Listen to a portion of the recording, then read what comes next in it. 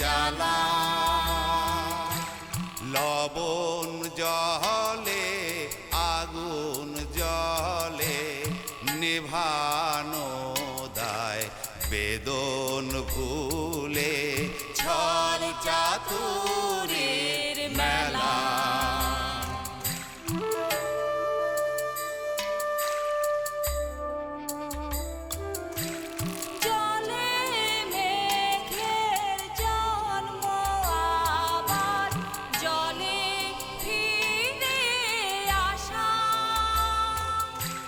মাঝের কদিন ভ্রান্তি বিলাস শূন্যে বাঁধে বাসা জল রে জল ঝরে জলে জন্মে জলা জলি জীবন দহন স্বপন গহীনে তার খেলা ও গহীনে তার খেলা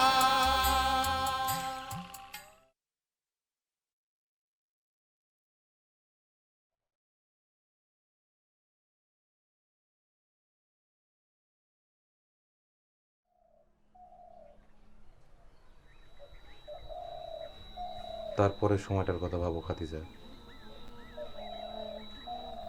তুমি আর আমি। আমার কাছে এখনো মনে হয় যে সেই দিনগুলা স্বপ্ন ছিল না সত্যি। নিজেদের মধ্যে নিজেরা, একজন আর সুখে আর একজন সুখী, একজন আর দুঃখে আর একজন দুঃখী, কোনো আড়াল নাই, লুকোচুরি নাই।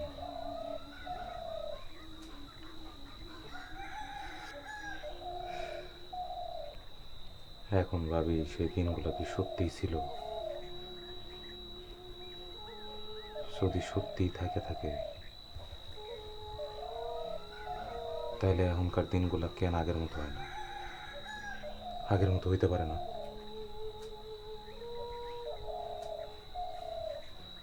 পারে না, হইতে পারে না। আর কেন পারে না সেটা বোঝার মতন বুদ্ধি তোমার আছে।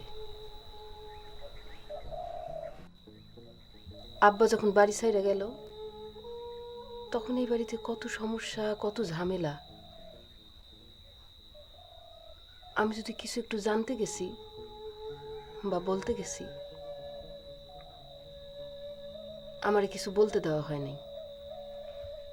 বলা হয়েছে তুমি ছোট মানুষ, বুঝবা না।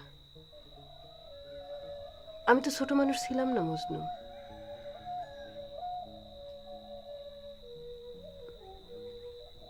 যেই মেয়ের বাচ্চা নষ্ট হয় তার বয়স যতই কম থাকুক সে ছোট না, বোঝার মতন বুদ্ধি তার আছে।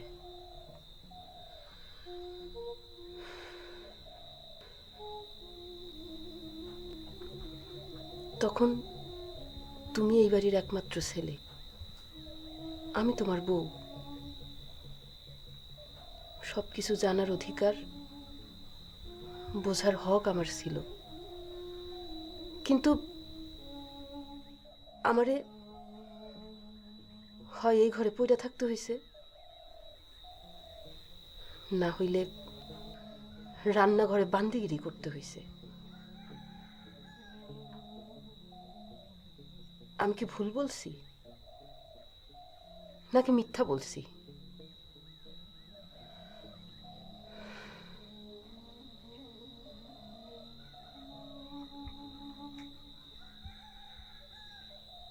তোমার একটা কথা বলি, কিছু মনে করো না। এই যে আজকে আম্মারে দেখতেছো, মরিয়ম আম্মারে, সে কত কিছু করলো, শেষ পর্যন্ত পাগল হয়ে গেল। এর জন্য কি সে একাই দায়ী? আর কেউ দায়ী না?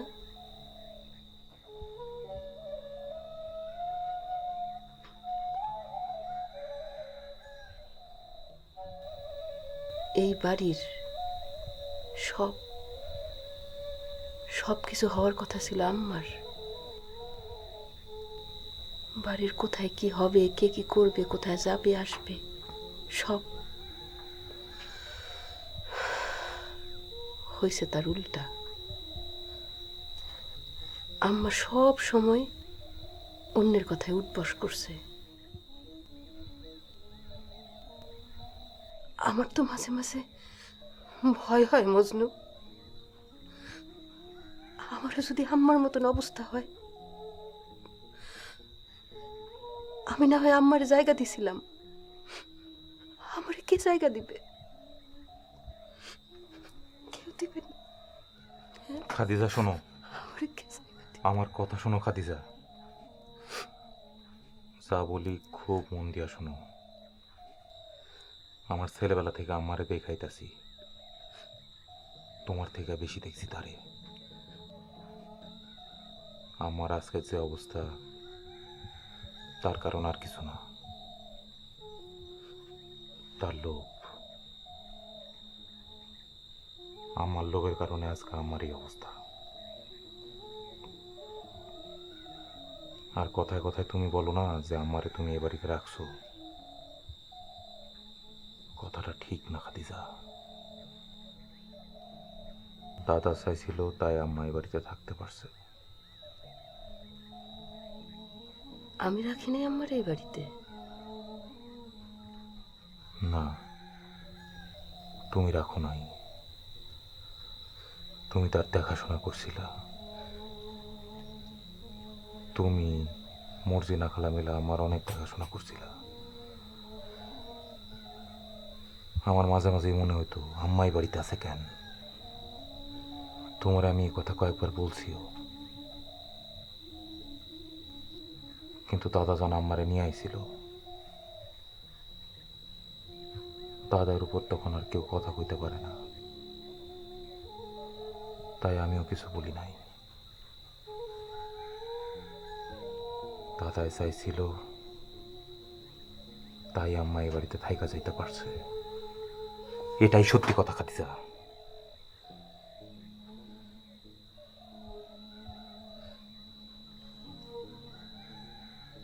খাদিজা, বাড়িটা যা আছে যেমনি আছে চলুক না। বাড়ির আজকের অবস্থা তো আর এমনি এমনি হয় নাই, প্রয়োজনে হয়েছে। এক এক প্রয়োজনে এক এক রকম ব্যবস্থা হয়েছে। কিন্তু এইটার কি প্রয়োজন ছিল যে তুমি আর আমি এক ঘরে থাকি, শুধু থাকি, কেউ কাউরে চিনি না।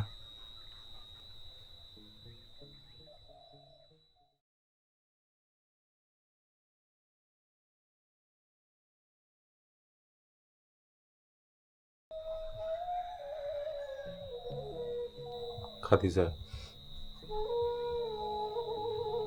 আমি এই বাড়ির কথা জানি না। 2 দিন পরে এই বাড়িতে কি হইব তাও বলতে পারি না। কিন্তু বিয়ের পরে তুমি আর আমি সামনে ছিলাম, বাকি এই বাড়িতে কি হইতাছে না হইতাছে সেগুলো চিন্তা না কইরা শুধু আমাদের মতো ছিলাম।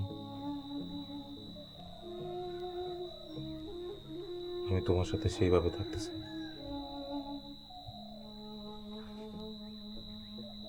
তুমি আর আমি শুধুই আমাদের মতন কইরা।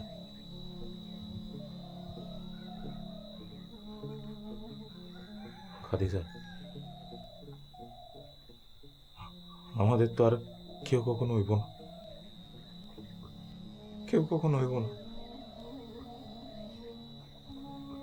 তুমি আর আমি, শুধুই আমরা,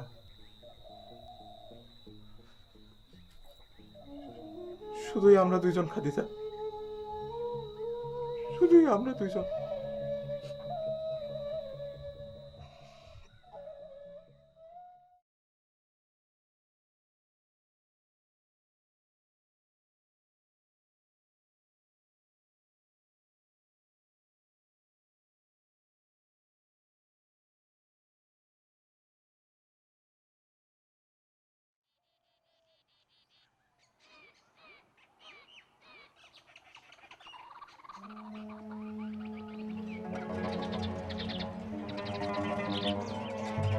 বাবুল ভাই, বাবুল ভাই, বাবুল ভাই, আমার পানের ভাই, আমার জানের ভাই, আমার রক্তের ভাই, আমার কলজের ভাই, আমার মায়ের পেটের ভাই।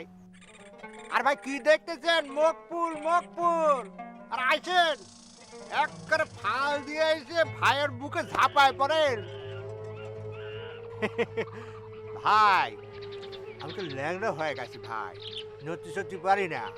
আর তারপর আপনার দেহে খুশি চড়ছে, আমার পা আটকে গেছে, নড়তে পারতেছি না। আরে কি দেখছেন ভাই? ও হাড়ির দুপাশে দেহে ফিল্মের নায়কের মতো ফাল পাতি পাতি এসে ভাইয়ের মুখে ঝাঁপ দিয়ে পড়ে। ভাই ভাই মিল বেশটি ব্যাপার, বেশটি। ভাই কি হয়েছে? আপনি আমাকে দেখে খুশি হননি? হ্যাঁ, নাকি আপনিও আমার মতো খুশিতে পাক করে ধন্দা লেগে গেছে, মূর্তির মতো আটকে গেছেন, চলতে পারতেছেন না কি ভাই? হ্যাঁ,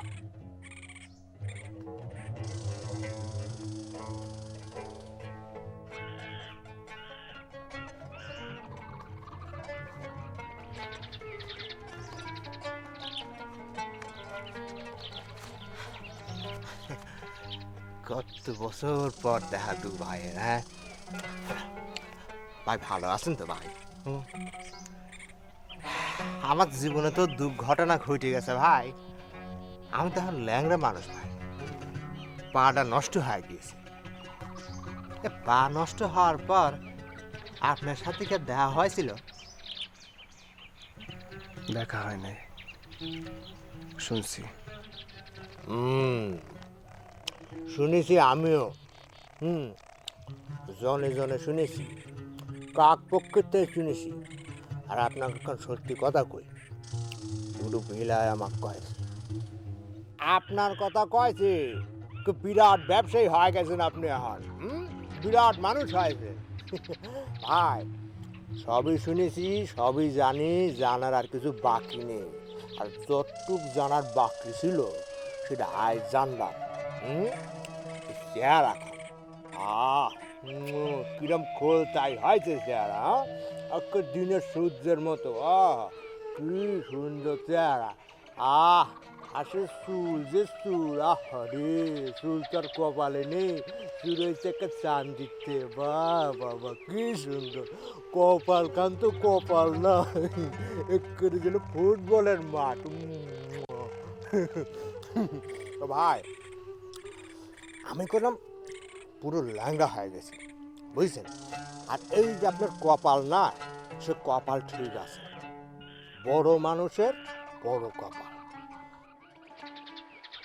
ভাই আল্লাহ কত কই, আল্লাহ আমার কথা শোনে, বুঝছেন? আরে সুডো পোলাপানের মতো উল্টো এদিক সেদিকে চুল বেরোচ্ছে, কান দিয়ে বাড়ায়, নাক দিয়ে বাড়ায়, ভুরু দিয়ে বাড়ায়, নাকের তল দিয়ে বাড়ায়, জাগা যা আছে সব দিয়ে বেড়াচ্ছে, বুঝছেন? আরে কোনদিন দেখবো জিভ দিয়েও চুল বেড়াচ্ছে, মানুষ দাড়ি কামায় আর আমার কামার লাগবে জিভ। ভাই আপনার কই কপাল বড় করার ধান যায়, দুবার কি করেছি জানেন? চান্দির চুল ফেলে এক করে কদবেল বানায় ভালাইছি। আল্লাহ কে বোকা বানান যায়? আল্লাহ কয়েছে, এ বান্দা তোমার কপাল তো চুল পইরে বড় হয়নি, তুমি চুল কামায় ফালায় বড় করেছো, তো কাজ হই না। তো ভাই উপায় আমার এখন একখানি, আপনার এই সুন্দর বড় কপালের লগে আমার কপাল ডললে পরে যদি আমার কপাল খান একটু বড় হয়, একটু ডলারের ভাই। ভাই ভাই ভাই ভাই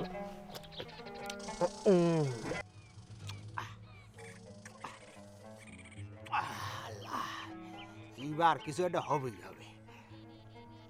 তো ভাই সিয়াটা ইরাম বানায় রাইছেন কে? আমাকে দেখে খুশি হন নাই? মকবুল, আমার তাড়া আছে, আমি এখন যাই। ভাই ভাই ভাই ভাই ভাই ভাই আপনার তারা থাকবে সেটা ঠিক আছে, আপনি বড় মানুষ, তারা আপনাকে থাকবে ভাই, কিন্তু ভাই এই ছোট মানুষের দুখান কথা শুনে যান ভাই, আল্লাহ আপনাকে বেশ নসিব করবে। আমি করছি ভাই, একটা জাপানি রেডিওর মতো গ্যারান্টি দিয়ে করছি, আল্লাহ আপনাকে বেশ নসিব করবে। ভাই ভাই ভাই ভাই গো ভাই, এই ছোট মানুষের দুইটা কথা শোনেন ভাই, আপনি রাখবেন কি রাখবেন না সেটা আপনার ব্যাপার ভাই, কিন্তু আমার কথার দোকান শোনেন ভাই।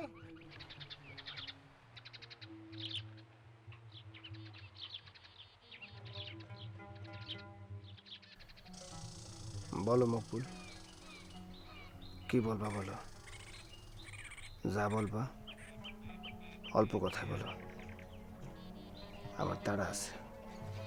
ভাই হাতে কোনো কাজ নাই ভাই, না খেয়ে আছি ভাই। ভাই কতদিন যে না খেয়ে আছি সেটা আপনার কয় বুঝাতে পারবো না ভাই। ভাই ও বাড়ি গিয়েছিলাম ভাই, আপনার বড় আপা আমার রমলাদির সাথে দেখা হয়েছে, মজনুর সাথে দেখা হয়েছে ভাই। এখন কাজ চাইছিলাম, কেউ আমার কোনো কাজ দিল না ভাই। ভাই দেখা করতে চাইছিলাম আমার প্রিয় জুলেখাপুর সাথে, সে ভাগ্য আমার হলো না ভাই। ভাই আমার কপাল পোড়া ভাই, পোড়া ভাগ্য আমার। আল্লাহ, এ পুরো শরীর আমার পোড়া, আমার পুরো জীবন পোড়া ভাই। মাঝে মধ্যে মনে হয় আমি মানুষ না ভাই, এখানে ইটের খোলা। ভাই ভাই এখন একমাত্র আপনিই ভরসা ভাই। এই গ্রামগঞ্জ শহর সব জায়গায় তো আপনার ব্যবসা আছে ভাই। ভাই এটা ছোটো খাটো যদি কোনো একটা কাজ দেন ভাই, আমার বউ নিয়ে আমি খায় পরে বাঁচতে পারি ভাই। ও ভাই, ভাই যা করবেন তাই করবো ভাই, যা করবেন তাই করবো। যদি কোনো মকবুল এই ছ্যাপ ফালালাম তুই চাইটে খা, আমি সেটাও চাইটে খাবো ভাই, কিন্তু একটা কাজ দেন ভাই, এখন কাজ দেন। মকবুল, তোমার আমি কোনো কাজ দিতে পারবো না, নিজের থেকে তো নাই। তোমার যদি সত্য সত্যি কাজের দরকার হয় তাহলে তুমি বাড়িতে আসো, বড় আপা আছে, জুলেখা আছে, বড় ভাইজান আসছে, তাদেরকে তুমি সব খুলে বলো। তারা যদি সম্মতি দেয় তাহলে দেখবো তোমার জন্য কিছু করতে পারি কি পারি না, তার আগে না।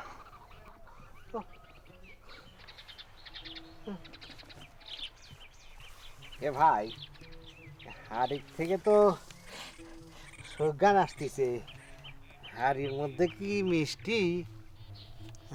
মিষ্টি জবার জন্য। তা আমি মেলা দিন না খেয়ে আছি, এটা খাই।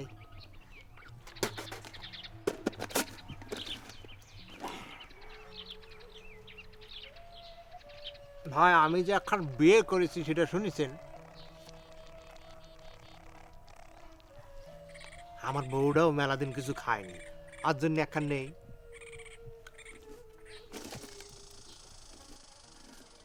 আল্লাহ, নিতে গেছে এক কান, উঠে গেছে দুই কান। ভাই একটা মিষ্টি কি রেখে দিব?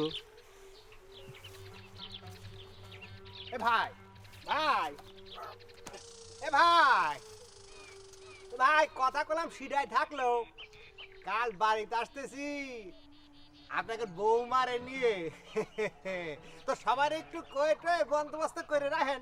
আর এই একটু ভালো পাক শাকের ব্যবস্থা করতে কয়েন, হাজার হোক বৌমাক নিয়ে আসছি যতে চাওয়াল। হ্যাঁ মিঠা মিঠা মধু, মিষ্টি দিয়ে কাজ শুরু। আল্লাহ মনে হয় এবার কপালে শুধু মিষ্টি রাইছে, মিষ্টি মিষ্টি।